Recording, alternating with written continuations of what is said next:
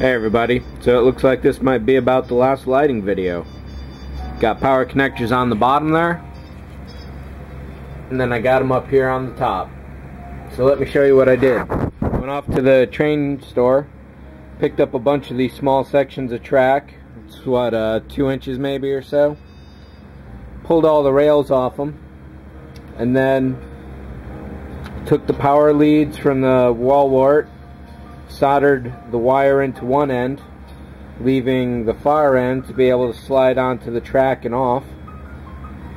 Then what I did was to take some styrene, built this up as a brace, glued the rail to it so that there was a little extra on the bottom to allow for these sliders to go on. Built all this up with CA and baking soda, and let me pull this apart and I'll show you what's going on. Alright, so let's see if I can show you what's going on here in spite of the mess.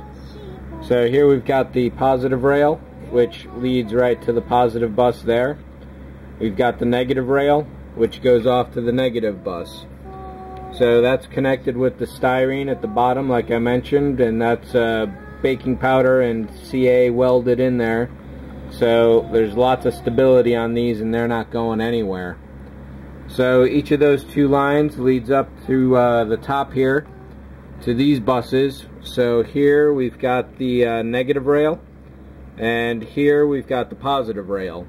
So whether it's plugged into the bottom or the top, everything gets some juice. And as you can see right now, it's now plugged into the top. I have had a little trouble keeping one of the solder joins on the negative here, but I think I finally got that working out. However, these two lines do have to be recut so they're pretty much the same length rather than being offset. So I don't know that there's all that much more to do. I got the few bits of fiber optic to throw in the back there, but that's really a nothing effort at this point. I've started throwing a lot more white glue down along that side of the trench there, so once that's dry tomorrow I'll throw some more white glue along this side and then throw a whole bunch in the middle just to make sure it's all solidified in. Up here I'm going to do the same thing for that mess and just run a lot of white glue all over the place. So once I seal this up, I'm not going to be able to get back in, so I got to make sure that everything's good. So next up on this model is to, like this part up here, start throwing some little styrene sheets all over the place where the worst offending light leak is going on.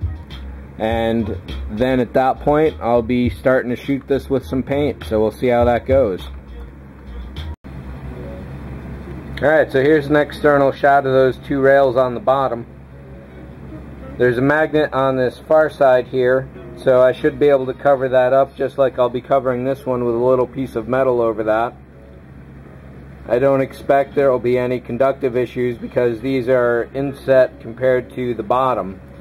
So you can clearly see the styrene bridge that's going across the middle there, and I should have made it a little thinner and put it off to one side.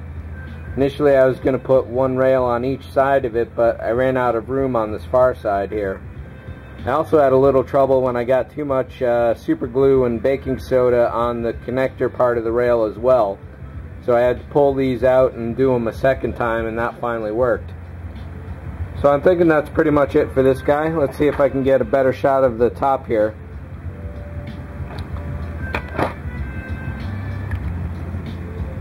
So again, these two rails are also sticking below the horizon here when this top goes on, and they pull off pretty easily.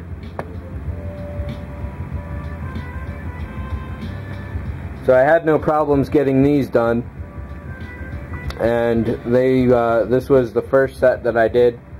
They pretty much went in without a hitch. So that's it for this. Thanks for watching. See ya.